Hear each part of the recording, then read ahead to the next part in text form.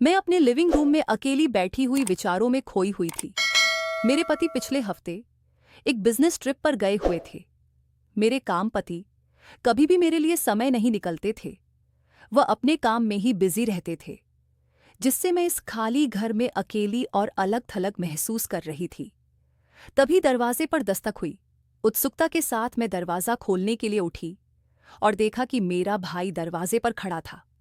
उसके चेहरे पर हल्की शर्मीली मुस्कान थी। मैंने गर्मजोशी से कहा, अंदर आओ, और उसे अंदर ले आई।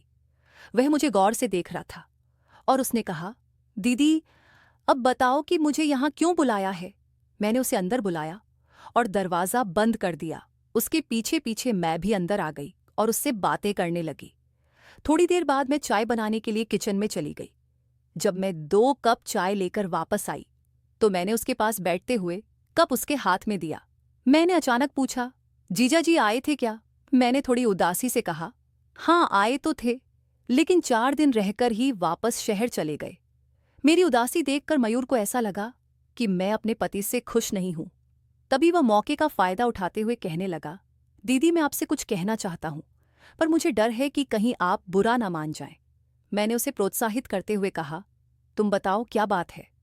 मयूर ने एक ही झटके में कहा, दीदी, सच तो ये है कि आप मुझे बहुत अच्छी लगती हो और मैं आपसे प्यार करने लगा हूं। आपकी खूबसूरती का मैं दीवाना हूं। मयूर की बातें सुनकर मेरे जज्बात भड़कने लगे। फिर वह धीरे धीरे मेरे करीब आया और लगातार 2 घंटों तक मेरा नाम निशा है और मेरी उम्र अब भी 22 साल है, लेकिन खूबसूरती के कारण मैं अभी 16 साल की लगती हूँ। मेरे पति का नाम रमेश है और वह शहर में नौकरी करते थे। मैं अपने पति की गैर मौजूदगी में भी घर की जिम्मेदारियों को बखूबी निभा रही थी।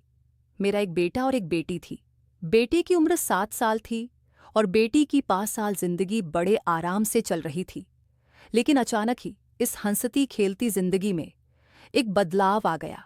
काजल की भाभी का बेटा मयूर अक्सर उनके घर आता जाता रहता था। शुरुआत में काजल ने मयूर पर ज्यादा ध्यान नहीं दिया, लेकिन एक दिन उन्होंने उससे कहा, तुम रोज रोज अपने आंटी के घर पड़े रहते हो, क्या तुम्हारे पास कोई काम धंधा नहीं है? मयूर इस पर बस मुस्कुराया और बात को टाल गया। मयूर मेरा भाई है, इसलिए उसका घर पर आना जाना तो स्वाभाविक ही है। शुरुआत में मैंने इसे एक सामान्य बात समझी, क्योंकि भाई बहन का रिश्ता ही ऐसा होता है कि वह बिना किसी झिझक के एक दूसरे के घर आ जा सकते हैं। लेकिन जैसे जैसे समय बीतता गया, मैंने महसूस किया कि मयूर का रोज रोज हमारे घर आना कुछ असामान्य हो गया है। मयूर अक्सर बिना किसी कारण के हमारे घर पर आकर बैठ जाता। कभी कभी वह घंटों हमारे साथ बिताता, लेकिन उसकी मौजूदगी में मुझे एक अजीब सी बेचैनी होने लगी थी। मुझे समझ नहीं आ रहा था कि आखिर वह क्या चाहता है और क्यों वह इतनी बार आता है। एक दिन मैंने उससे सीधे सीधे पूछ ही लिया, मयूर, तुम रोज रोज क्यों आते हो? तुम्हारे पास तो बहुत सारे काम होने चाहिए, फिर भी तुम यहाँ बार बार क्यों आते हो?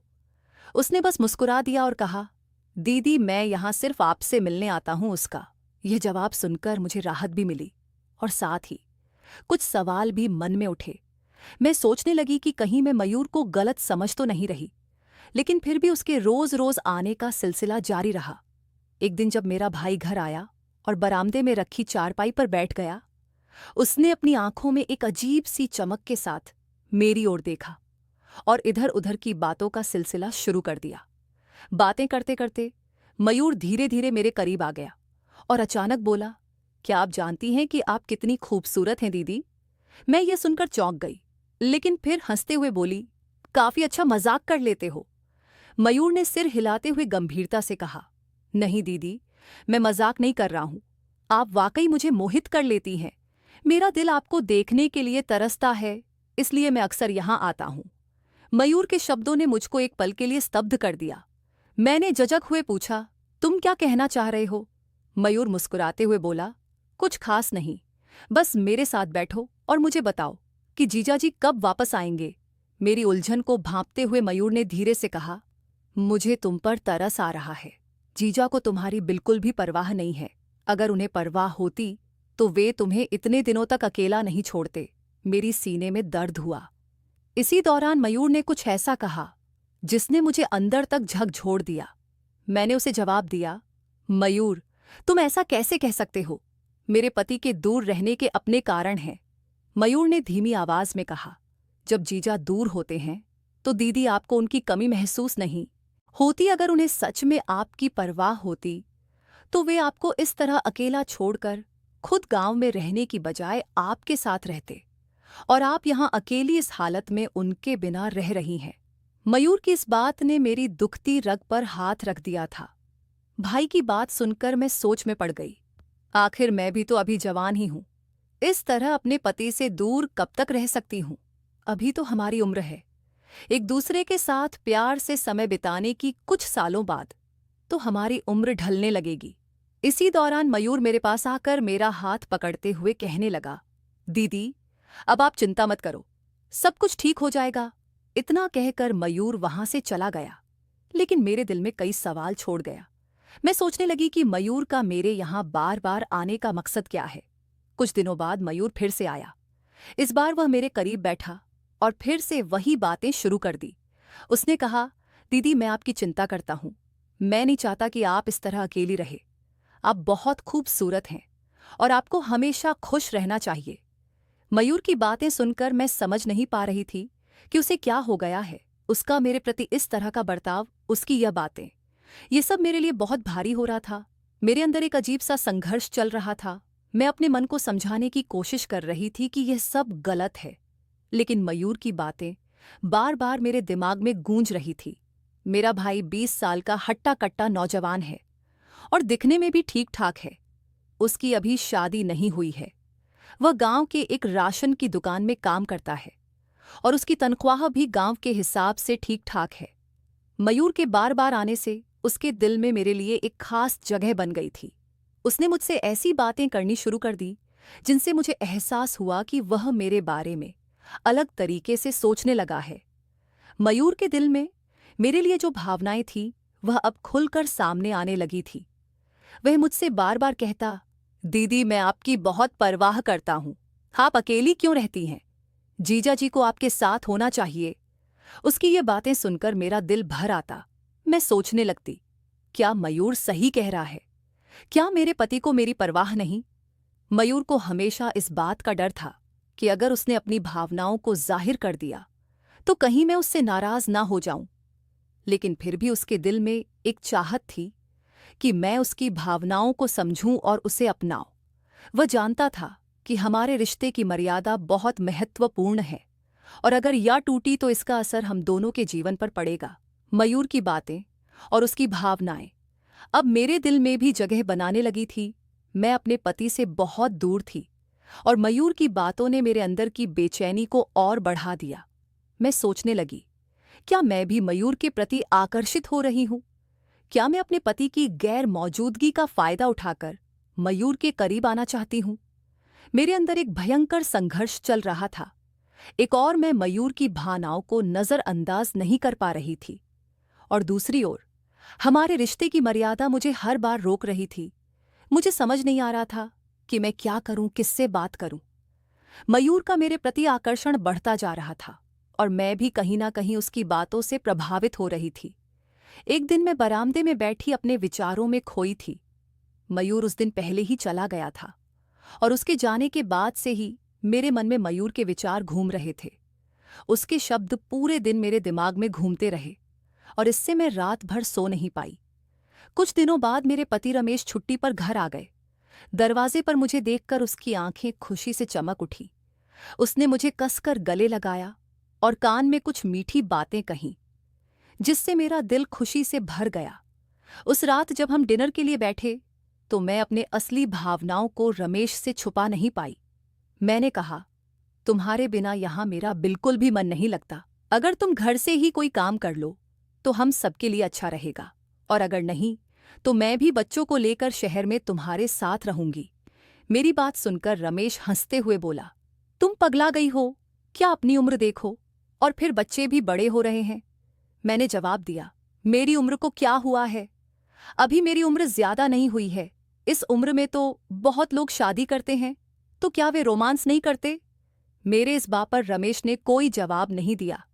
वह 4 दिन ही घर पर रुके, लेकिन उन 4 दिनों में मुझे उससे भरपूर प्यार मिला और मैं बहुत खुश थी।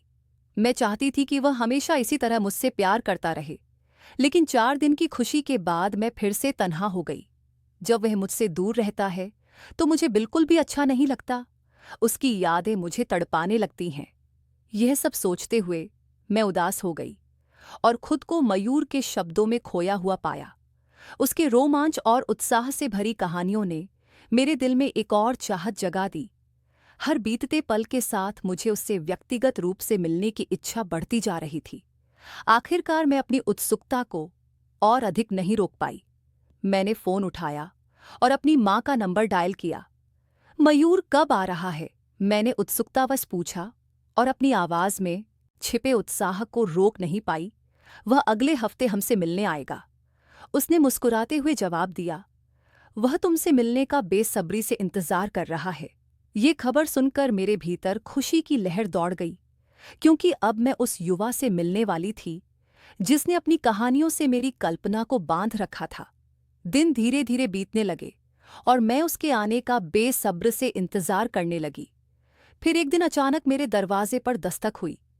मैंने दरवाजा खोला तो सामने मेरा भाई मयूर खड़ा था। वह मुझे गौर से देख रहा था और उसने कहा, दीदी अब बताओ कि मुझे यहाँ क्यों बुलाया है? मैंने उसे अंदर बुलाया और दरवाज़ा बंद कर दिया। उसके पीछे पीछे मैं भी अंदर आ गई और उसे बातें करने लगी। थोड़ी देर बाद मैं चाय बनाने के लिए किचन में चली गई। जब मैं 2 कप चाय लेकर वापस आई तो मैंने उसके पास बैठते हुए कप उसके हाथ में दिया। मयूर ने अचानक पूछा, जीजा जी आए थे क्या? मैंने थोड़ी उदासी से कहा, हाँ आए तो थे, लेकिन 4 दिन रहकर ही वापस शहर चले गए। मेरी उदासी देखकर गौरव को ऐसा लगा कि मैं अपने पति से खुश नहीं हूं। तभी वह मौके का फायदा उठाते हुए कहने लगा, दीदी मैं आपसे कुछ कहना चाहता हूं, पर मुझे डर है कि कहीं आप बुरा ना मान जाएं। मैंने उसे प्रोत्साहित करते हुए कहा, तुम बताओ क्या बात है? मयूर ने एक ही झटके में कहा, दीदी सच तो ये है कि आप मुझे बहुत अच्छी लगती हो और मैं आपसे प्यार करने लगा हूं। उसकी बात सुनकर मैं हैरान हो गई और तुरंत भड़क उठी। मैंने कहा, क्या मतलब है तुम्हारा? और प्यार का मतलब जानते हो? अपनी और मेरी उम्र में फर्क देखा है, और वैसे भी मैं तुम्हारी दीदी लगती हूं। मयूर ने निराश होते हुए कहा, मैं इस दिल का क्या करूं जो आप पर आकर अटक गया है। अब तो मेरे दिलो दिमाग पर हमेशा आपकी ही सूरत छाई रहती है। मैंने गुस्से में कहा, लगता है तुम पागल हो गए हो। जरा सोचो, अगर घर वालों को यह सब पता चल गया तो मेरा क्या हाल होगा? मयूर ने चारपाई से उठकर मेरे पास आकर बैठ गया। उस वक्त मैंने उसका इस तरह से करीब बैठने पर कोई विरोध नहीं किया, जिससे मेरे भाई की हिम्मत और बढ़ गई। उस दिन मैं और मयूर समुद्र के किनारे चट्टान पर खड़े थे। आसमान में सूरज ढल रहा था और उसके गुलाबी और नारंगी रंग हमारी दुनिया को एक अलग ही चमक दे रहे थे। मयूर मेरे करीब आकर बैठा और मैंने कोई विरोध नहीं किया। शायद इसीलिए उसकी हिम्मत और बढ़ गई। उसने धीरे से मेरा हाथ थामा और मुझे अपने सीने से लगा लिया। जब उसने मुझे अपनी बाहों में समेटा तो ऐसा लगा जैसे प्यार की कोमल लहरें मेरे अंदर बहने लगी हों। हम दोनों प्रकृति की सुंदरता के बीच खोए हुए थे। समुद्र की लहरें चट्टानों से टकरा रही थी और मयूर मेरे कान में मीठी बातें फुसफुस रहा था। ऐसा लग रहा था जैसे समय हमारे लिए थम गया हो। हम दोनों अपने दिलों की धड़कनों की लय पर जैसे नाच रहे थे। उस पल की हर एक चीज बेहद खूबसूरत लग रही थी। लेकिन अचानक एक तेज हवा का झोंका आया, जो रात के अंधेरे में चोर की तरह हमारे बीच से गुजर गया। शांत समुद्र अचानक अशांत हो गया और उसकी लहरें अब किनारे से हिंसक रूप से टकराने लगी। मयूर ने मुझे और कसकर पकड़ लिया, जैसे वह मुझे उस तूफान से बचाने की कोशिश कर रहा हो जो हमें अलग करने की धमकी दे रहा था। जब सब कुछ शांत हुआ तो हमने एक दूसरे से कोई सवाल नहीं किया और ना ही किसी ने पछतावा जताया। कुछ देर तक हम वहीं एक दूसरे के गले लगे खड़े रहे, जैसे किसी सपने में खो गए हों। उस वक्त मुझे ऐसा लगा कि मैं आसमान में उड़ रही हूं। वह खुशी जो शायद महीनों या सालों में भी नहीं मिली होती, मुझे उस पल में मिल गई। फिर थोड़ी देर बाद मयूर ने मुझे अपना मोबाइल नंबर दिया और यह कहकर चला गया कि वह फिर लौटेगा। उस दिन के बाद मेरी दुनिया बदल गई थी। उस दिन के बाद मेरी जिंदगी पूरी तरह बदल गई थी। मयूर के साथ बिताए हुए पल मेरी सोच से कभी भी बाहर नहीं जा सके। हर बार जब मैं अकेली होती तो उसके साथ बिताए हुए लम्हों की यादें मुझे घेर लेती। कभी वह मेरा हाथ पकड़ता, कभी मुझे अपने करीब खींचता, और हर बार मेरे दिल में एक अजीब सी हलचल मच जाती। मेरे मन में एक अनचाहा रिश्ता बन गया था, जो ना तो पूरी तरह से गुनाह था और ना ही पूरी तरह से सुकून देने वाला। हर दिन जैसे एक नई चुनौती बन गया था। रमेश के साथ बिताए पलों की मिठास के बाद मयूर के साथ की गई वह नादानी मुझे बार बार झकझोर देती थी। मेरे अंदर लगातार दोहरी सोच चल रही थी। एक तरफ समाज की मर्यादाओं और रिश्तों की पवित्रता का बोझ था, और दूसरी तरफ वह अधूरी चाहत जो मयूर के साथ पूरी होती दिख रही थी। रमेश के जाने के बाद मेरे जीवन में एक और खालीपन आ गया था। उनके साथ बिताए 4 दिन किसी सुखद स्वप्न की तरह थे, जो अब समाप्त हो चुका था। मयूर के प्रति लगाव बढ़ता जा रहा था, लेकिन मेरे मन में उसकी बढ़ती हुई नज़दीकियों को लेकर एक अनचाहा डर भी था। मैं खुद को इस सोच से दूर करने की कोशिश करती, लेकिन यह एक ऐसा बंधन था जिससे मैं चाहकर भी मुक्त नहीं हो पा रही थी। एक दिन अचानक मयूर का फोन आया, और उसकी आवाज में वह कशिश थी जिसे मैं नजरअंदाज नहीं कर सकी। उसने मुझे पार्क में मिलने का सुझाव दिया, और जाने क्यों मैं मना नहीं कर पाई। शायद मेरे अंदर कहीं ना कहीं अब भी उसकी ओर खींचाव बाकी था। जब मैं पार्क पहुंची तो मयूर पहले से ही वहां मौजूद था। वह एक बेंच पर बैठा था, और मुझे देखते ही उसकी आंखों में एक अलग सी चमक आ गई। उसने मेरा हाथ पकड़ा और बिना कुछ कहे मुझे बेंच पर अपने पास बिठा लिया। आसपास का माहौल एकदम शांत था, जैसे प्रकृति भी हमारी मुलाकात की गवाह बन रही हो। पेड़ों की छांव और हल्की हल्की बहती हवा ने उस पल को और भी खास बना दिया।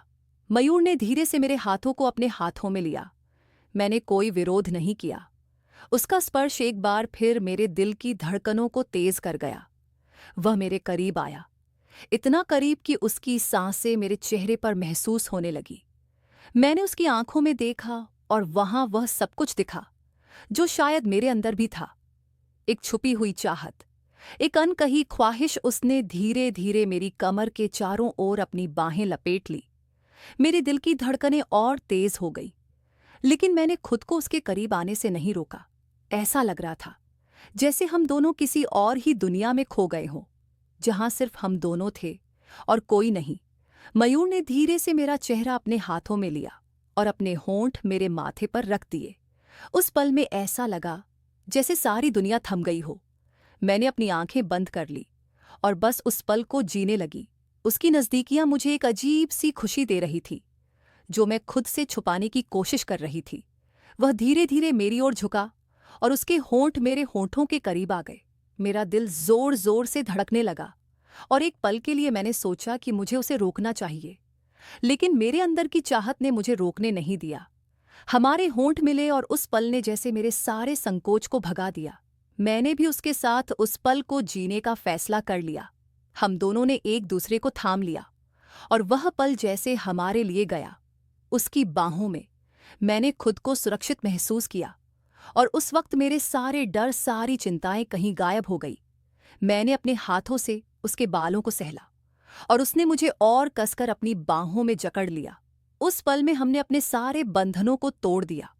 वह पार्क का कोना अब हमारे प्यार की गवाही दे रहा था, और हम दोनों उस पल में खो गए थे। वो प्यार, व चाहत, वो नज़दीकियां, सब कुछ जैसे हमें एक दूसरे के और भी करीब ला रहे थे। लेकिन तभी मेरी नज़र हमारे आसपास घूमते कुछ लोगों पर पड़ी, और मेरी तंद्रा टूटी।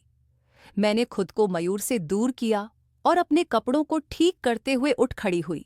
मैंने उसे कहा, मयूर, हमें अब यहां से जाना चाहिए। मयूर ने भी मेरे इशारे को समझा, और वह भी उठ खड़ा हुआ। हमने पार्क से बाहर की ओर कदम बढ़ाए, लेकिन हमारे बीच की वह खामोशी बहुत कुछ कह रही थी। शायद हम दोनों ही समझ चुके थे कि हमने एक हद पार कर ली थी, और अब हमें खुद को संभालना होगा। जब हम पार्क के बाहर पहुंचे तो मयूर ने मेरा हाथ पकड़ा और कहा, दीदी, मैं जानता हूं कि जो कुछ हुआ वह शायद नहीं होना चाहिए था, लेकिन मुझे कोई पछतावा नहीं है। मैं आपके साथ बिताए इन पलों को हमेशा याद रखूंगा। इसी बीच एक दिन मेरे पति अचानक घर आ गए। उनकी तबीयत खराब थी। उस वक्त घर पर मयूर नहीं था। लेकिन मुझे डर लगा कि कहीं पति की मौजूदगी में वहां ना जाए। मैंने तुरंत मयूर को फोन कर सतर्क कर दिया। करीब 10 दिन बाद मेरे पति वापस चले गए, पर मेरे दिल में एक अजीब सा डर बैठ गया था। मुझे ऐसा लगने लगा कि कहीं मोहल्ले में किसी ने मेरे पति से ये बात ना कह दी हो कि तुम्हारी पत्नी का भाई तुम्हां गैर मौजूदगी में अक्सर यहां आता है। एक दिन मेरी एक पड़ोसन ने मुझसे कहा, तुम्हारे घर में एक जवान लड़के का बार बार आना जाना ठीक नहीं है। अब तुम्हारे बच्चे बड़े हो रहे हैं, इस पर कुछ ध्यान देना चाहिए, उसकी इस बात पर। मैंने जवाब दिया, तुम हमारी फिक्र मत करो, मेरे घर कोई बाहर का नहीं आता जाता है। तब उसने कहा, तुम्हारा भाई बिना रोक टोक तुम्हारे घर आता जाता है। पड़ोसियों में शक पैदा हो चुका है। एक दिन एक पड़ोसी ने मेरे पति से कहा, मयूर तुम्हारी पत्नी का भाई तुम्हारी गैर मौजूदगी में तुम्हारे घर आता है, तुम्हें इस पर ध्यान देना चाहिए। इस बात से मेरे पति को लगा कि कुछ गड़बड़ हो सकती है। उन्होंने ने मुझसे पूछा, मयूर का क्या मामला है? यह सुनकर मेरी धड़कन बढ़ गई। मैंने कहा, तुम्हें यह सब कैसे सूझा? वह तुम्हारा साला है और कभी कभी यहां आ जाता है, तो इसमें क्या गलत है? फिर मेरे पति बोले, अगर हम घर में नहीं हैं तो उसे यहां आने से मना कर दो। मैंने समझाया, तुम्हें पता है हमारे रिश्ते खराब हो जाएंगे, वह कोई गैर नहीं है। मेरे पति कहने लगे, मैं अपने बच्चे की देखभाल खुद कर सकता हूं। उस वक्त मेरे मन में यह ख्याल आया कि मैं अकेली कैसे रहूंगी, यह सिर्फ मैं ही जानती हूं।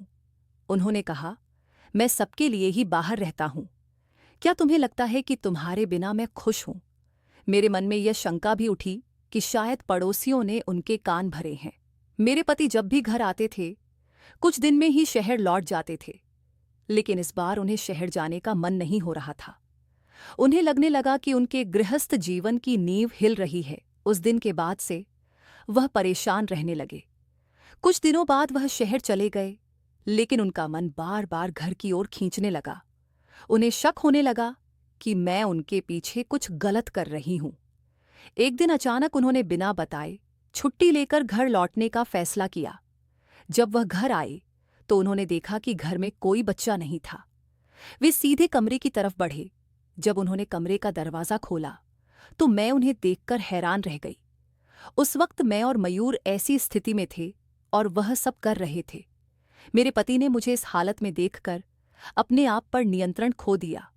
वह मुझ पर हमला करने के लिए अपना हाथ उठाने लगे और उनकी आंखों में एक भयानक आग की लपटें थीं। डर से मेरा दिल थम गया और मैं उनके क्रोध से बचने के लिए पीछे की ओर लड़खड़ा लगी। लेकिन रमेश का गुस्सा थमने वाला नहीं था और जल्द ही वह मेरे कमजोर शरीर पर वार करने लगा। मुझे यह एहसास हुआ कि मुझे भागना होगा। अपने चेहरे पर आंसू बहाते हुए उनसे कहा कि इसमें सिर्फ मेरी गलती नहीं है। मैंने जब तुमसे कहा था कि मुझे भी अपने पास ले चलो तो तुमने मेरी बातों को अनसुना कर दिया। अगर तुम मेरी बातों पर ध्यान देते तो शायद मैं यह कदम कभी नहीं उठाती। मैंने तुमसे शादी की थी और सभी खुशियों की उम्मीद की थी, लेकिन तुमने कहा कि तुम्हारी उम्र हो गई है। अब तुम ही बताओ, मेरी उम्र अभी ज्यादा नहीं हुई है और तुम्हारी भी ज्यादा नहीं है, फिर हमारी भावनाएं कैसे खत्म हो सकती हैं? यही तो वह उम्र है जब एक औरत को अपने पति की सबसे अधिक आवश्यकता होती है। यदि उस उम्र में पति का साथ नहीं मिले तो उस औरत का ऐसा कदम उठाना कोई बड़ी बात नहीं है। मैं अपने पति से यह सब कह रही थी और रो रही थी। वह मुझे अजीब नजरों से देख रहे थे। शायद उन्हें अपनी गलती का एहसास हो गया था। उन्होंने कहा कि हाँ, कहीं ना कहीं उनकी भी गलती है। अगर उन्होंने अपने परिवार पर अधिक ध्यान दिया होता तो यह दिन कभी नहीं आता। रमेश ने खुद से कहा कि यह सिर्फ दुख नहीं था जो उनके दिल पर भारी था, बल्कि विश्वासघात भी था। उन्होंने मुझसे एक ऐसा रहस्य छुपाया था जिसने हमारी शादी की नींव को हिला दिया था। रमेश ने कहा कि उसने अपनी आंखें बंद करके मुझ पर विश्वास किया था। उसने सोचा था कि उसकी पत्नी दिल से साफ है और कभी धोखा नहीं दे सकती, लेकिन उसे नहीं पता था कि मैं भी ऐसी ही निकलेगी, शर्म और पछतावे से जूझते हुए। मेरा सिर शर्म से झुक गया। उसने कहा कि जिन पर हम भरोसा करते हैं वे भी हमें धोखा दे सकते हैं। उसने कहा कि उसने मुझ पर आंखें बंद करके भरोसा किया था। मेरी ये सोच थी कि मेरी पत्नी बहुत ही ईमानदार और वफादार है और वह मुझे कभी धोखा नहीं देगी। लेकिन मुझे क्या पता था कि ऐसा नहीं होगा। जब मुझे सच्चाई का पता चला तो मैं खुद पर शर्मिंदगी महसूस करने लगी। एक पति अपनी पत्नी पर भरोसा कर ही उसे अकेला छोड़कर जाता है, लेकिन जब पत्नी ही उस भरोसे को तोड़ दे तो फिर उसका संसार उजड़ कोई असामान्य बात नहीं है। मैं अपने किए पर पछता रही थी। मैं अपने पति से रो रो कर माफी मांग रही थी और उनसे वादा किया कि मैं फिर कभी ऐसा नहीं करूंगी। मैंने उनसे कहा कि वह मुझे माफ कर दें और मुझे अपने पास ही रखें। मेरे पति को मेरी बात समझ में आ गई और उन्होंने फैसला किया कि अब वह शहर नहीं जाएंगे। वह घर पर रहकर ही कोई काम करेंगे और हमेशा मेरे साथ रहेंगे। उन्होंने मुझे माफ तो कर दिया, लेकिन उनके दिल में यह दुख हमेशा बना रहेगा कि मैंने उनके साथ गलत किया। रिश्तों में एक बार गांठ पड़ जाती है तो वह हमेशा के लिए वैसा ही रह जाता है। रमेश ने मेरे भाई से सारे संबंध तोड़ लिए थे, जिससे परिवार में दरार पड़ गई। ना तो रमेश और ना ही मैं अब मां के घर जाते थे और ना ही वह कभी हमारे घर आता था। धीरे धीरे मैंने खुद को अतीत से आगे बढ़ते हुए पाया और अपने पति और बच्चों के साथ अपने वर्तमान जीवन को अपनाया। समय के साथ हमारी जिंदगी में धीरे धीरे सुधार आया। रमेश और मैंने अपने रिश्ते को फिर से मजबूत किया और हमारी जिंदगी में एक नई दिशा का आगाज हुआ। हमने अपने प्यार को फिर से महसूस किया और अपनी गलती से सीखा कि रिश्ते में विश्वास और समझदारी सबसे महत्वपूर्ण है। मयूर के साथ हमारी कहानी एक बुरा अध्याय बन गई थी, लेकिन मैंने सीखा कि भावनाओं को सही तरीके से संभालना कितना महत्वपूर्ण है। हमने एक नई शुरुआत की और अपने रिश्तों को सुधारने की दिशा में काम किया। इस पूरे अनुभव ने मुझे एहसास दिलाया कि जीवन की सबसे बड़ी चुनौती यही होती है कि हम अपनी गलती से सीखें और अपने रिश्तों को सही दिशा में ले जाएं। इस कहानी के माध्यम से मैं आपको एक सरल लेकिन शक्तिशाली संदेश देना चाहती हूँ कि रिश्तों को बनाए रखने के लिए एक दूसरे की भावना को समझना बहुत जरूरी है। चाहे वह पुरुष हो या महिला, हर किसी के मन में ऐसी भावनाएं होती हैं जिन्हें कुछ समय के लिए ही दबाया जा सकता है। इसीलिए रिश्तों को बनाए रखने और प्यार को बढ़ावा देने के लिए एक दूसरे के साथ सहानुभूति रखना बहुत महत्वपूर्ण है। जैसे जैसे दिन हफ्तों में और हफ्ते महीनों में बदलते गए, मैं अपने परिवार के साथ खुशी खुशी जीवन जीती रही। पिछले अनुभवों से मिले सबक ने मुझे हर कदम पर सही मार्गदर्शन दिया। तो दोस्तों, आप सभी को यह कहानी कैसी लगी, हमें कमेंट में जरूर बताएं। अगर आपने अभी तक हमारे चैनल को सब्सक्राइब नहीं किया है तो कृपया चैनल को सब्सक्राइब करें और बेल आइकन को प्रेस करें ताकि आने वाली वीडियो की नोटिफिकेशन सबसे पहले आपको मिले। धन्यवाद। मिलते हैं अगले वीडियो में।